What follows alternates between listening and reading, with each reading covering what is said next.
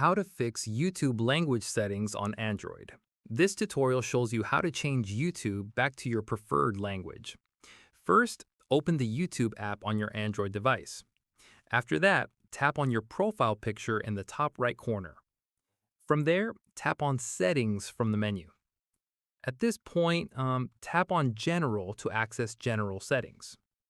In the next step, tap on App Language to view available languages. Following this, scroll through the list and select your preferred language like English. Once done, tap on the language to apply it. From here, YouTube will automatically update and display in your selected language. At this stage, all menus, buttons, and text will appear in the new language. After this, you can also change the content language by going back to Settings. Once completed, tap on Content Preferences and select your preferred content language. Finally, YouTube will now show videos and recommendations in your chosen language. And that's it.